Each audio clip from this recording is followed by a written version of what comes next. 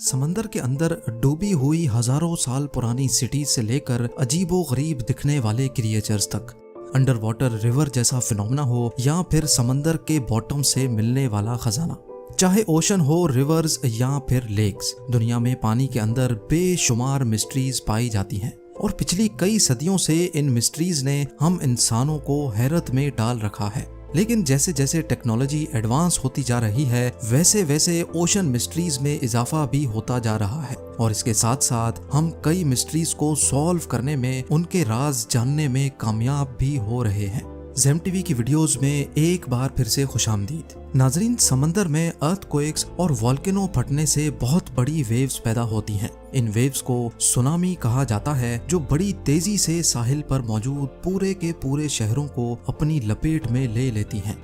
टोंगा के कैपिटल नुकुअलोफा के साहिल से 65 किलोमीटर दूर एक अंडर वाटर वोल्केनो है, जिसको टोंगा वोल्केनो कहा जाता है। जनवरी 2022 में ये वोल्केनो फटने से एक खौफनाक सुनामी ने जन्म लिया, जो सिर्फ 20 मिनट के अंदर अंदर साहिल तक पहुंच गया। और इसकी शिद्दत इतनी ज्यादा थी कि 2000 किलोमीटर दूर न्यूजीलैंड में भी इसको महसूस किया गया।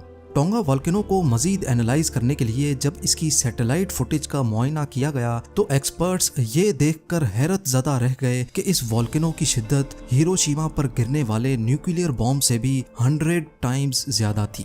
ये तो रहा अंडर वाटर वोल्केनो से पैदा होने वाले सुनामी का मामला। लेकिन रिसेंटली समंदर में और भी कई स्ट्रेंज फिनोमेना और क्रिएचर्स देखे गए हैं, जो शायद सुनामी की तरह इतने डेंजरस तो नहीं, लेकिन सबके रोंगटे खड़े करने में इन्होंने भी कोई कसर नहीं छोड़ी।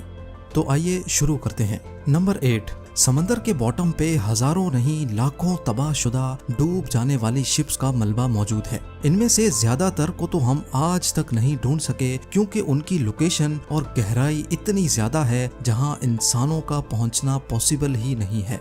लेकिन वक्त के गुजरते नई डाइविंग टेक्नोलॉजीज की मदद से हम ज्यादा से ज्यादा शिप रैक्स ढूंढने में कामयाब होते जा रहे हैं। ईयर 1901 में ग्रीस के एक आइलैंड एंटीकथेरा के करीब डीप सी डाइवर्स को एक शिप का मलबा मिला। इस मलबे से उनको जो कुछ मिला, उसने हमारे ह्यूमन हिस्ट्री के कॉन्सेप्ट को ही बदल कर रख दिया। शिप के इस मलबे में एक बक्सा भी मौजूद था, जिसमें मार्बल स्टैचूज, वाजेज यानी गुलदान, ज्वेलरी, एंशिएंट कॉइन्स और एक जंग शुदा मेटल का टुकड़ा भी मिला। बाकी सब चीजें तो समझ आ रही थीं, लेकिन मेटल का ये गैर मामूली टुकड़ा काफी अजीब लग रहा था। जब इस पर मजीद रिसर्च की गई तो एक एक करके सारी हकीकत खुलकर सामने आने लगी। शिपरेक में मौजूद स्टैचूज और कई जगह पर राइटिंग देखकर अंदाजा लगाया गया कि ये एंशिएंट ग्रीस के दौर में तबाह हुआ था। लेकिन एक्सपर्ट्स और रिसर्चर्स ये देखकर हैरत ज़दा रह गए कि लोहे का ये अजनबी टुकड़ा कोई मामूली चीज नहीं थी, बल्कि ये एंशिएंट ग्रीक्स का एक कंप्यूटर हुआ करता था। इसमें बहुत सारे गियर्स लगे थे, जिसके छोटे छोटे दांत बड़ी महारत से बनाए गए थे। यहाँ आपको ये भी बताते चलें कि आजकल की मॉडर्न मशीनरी की मदद से ही गियर्स के ऐसे दांत बनाना बड़ी महारत का काम होता है। ये एंशिएंट कंप्यूटर दौरान सफर शिप्स को चांद और सितारों की लोकेशन बताता था, और इसके अलावा ये फ्यूचर की डेट्स में भी चांद की पोजीशन को प्रिडिक्ट करता था।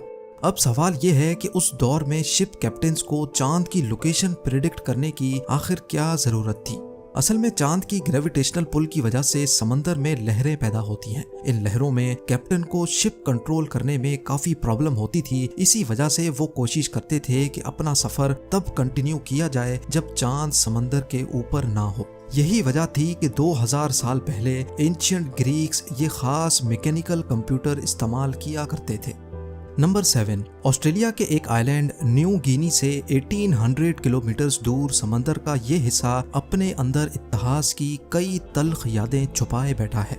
चुक लगून के नाम से जाना जाने वाला ये समंदर का वो हिस्सा है जिसके बॉटम पर बेशुमार fighter jets, ships, tanks, trucks और आर्टिलरी शेल्स का मलबा मौजूद है। ये सब देखकर डीप सी डाइवर्स को वर्ल्ड वॉर 2 का वो दिन याद आता है जब अमेरिका ने ऑपरेशन हेल स्टोन करके जापान की 40 warships, 2 light cruisers, 4 destroyer ships, 9 auxiliary ships, 2 दर्जन से ज्यादा कार्गो वेसल्स और 250 एयरक्राफ्ट्स को तबाह कर दिया था। आज भी चुक लगून को अंडर वाटर ग्रेवयार्ड के नाम से याद किया जाता है, जहां सिर्फ चंद ही घंटों में हजारों जानें समंदर की नजर कर दी गई थी। नंबर 6, एंटार्क्टिका में जमे हुए ओशन के नीचे मौजूद ये यॉट एक फिल्म की शूटिंग के दौरान तूफानी लहरों में डूब गई थी। एंटार्क्टिका के मैक्सवेल बे में एक ब्राजीलियन जर्नलिस्ट इस यॉट में 4 फिल्म क्रू के साथ आइसबर्ग से होता हुआ एक फिल्म की डॉक्यूमेंट्री की शूटिंग के मकसद से गुजर रहा था। तभी इनका रास्ता तेज तूफानी लहरों ने रोक दिया। तूफान की शिद्दत इतनी ज्यादा थी कि इनकी यॉट बर्दाश्त ना कर पाई और पानी में उल्टी होकर आहिस्ता आहिस्ता डूबती चली गई। पूरे 1 साल तक ये यॉट एंटार्क्टिका के जमे हुए पानी के नीचे फंसी रही और कुछ ऐसा मंजर पेश करती रही। 1 साल के बाद जब इसको निकाला गया तो इसकी हालत इतनी खराब थी कि इसको रिपेयर करना भी पॉसिबल नहीं था। नंबर 5, रिसर्चर्स की एक टीम इंग्लैंड और यूरोप के दरमियान इंग्लिश चैनल में रिसर्च के मकसद से गई। समंदर की सतह से कई फुट नीचे उनको जमीन का एक ऐसा टुकड़ा मिला जहां पर आज भी दरख्तों के तने जमीन से जुड़े हुए पाए जाते हैं। ये मंजर काफी हैरत अंगेज मालूम होता है क्योंकि समंदर के अंदर किसी भी सूरत कोई दरख्त नहीं ग्रो कर सकता। ये इस बात की निशानी थी कि सी बेड का ये हिस्सा किसी दौर में जमीन का वो हिस्सा हुआ करता था जो आज के इंग्लैंड और यूरोप को आपस में कनेक्ट करता था। मजीद रिसर्च से मालूम पड़ा कि आज से करीब 8000 साल पहले ये लैंड ब्रिज किसी वजह से पानी में डूब गया था। नंबर 4, मेक्सिको के युकाटान पेनिनसुला में एक नेचुरल वाटर रिजर्वायर है जिसको सेनोटे एंजेलिटा कहा जाता है। इसकी खास बात यह है कि पानी के अंदर जाते ही 55 मीटर की गहराई के बाद एक रिवर मौजूद है जो पानी के अंदर ही बहती है। ये दिलकश मंजर देखने के लिए रोजाना कई डाइवर्स यहाँ जाते हैं क्योंकि पानी के अंदर ही किसी दरिया का बहना वाकई काफी एक्स्ट्रा ऑर्डिनरी एक्सपीरियंस है। लेकिन आखिर ये मुमकिन कैसे है? ओशन एक्सपर्ट्स का मानना है कि बेसिकली ये एक लाइम स्टोन की केव है जिसमें ओशन का पानी जमीन के अंदर ही अंदर से होकर आता है।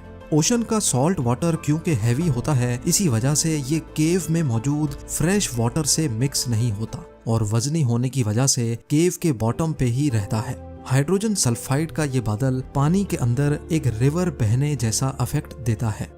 नंबर 3, बहामस में मौजूद सतह समंदर से सिर्फ 6 मीटर की गहराई पर गोल पत्थरों से बना एक रास्ता देखने को मिलता है जो एक नामालूम मकाम की तरफ जाता है।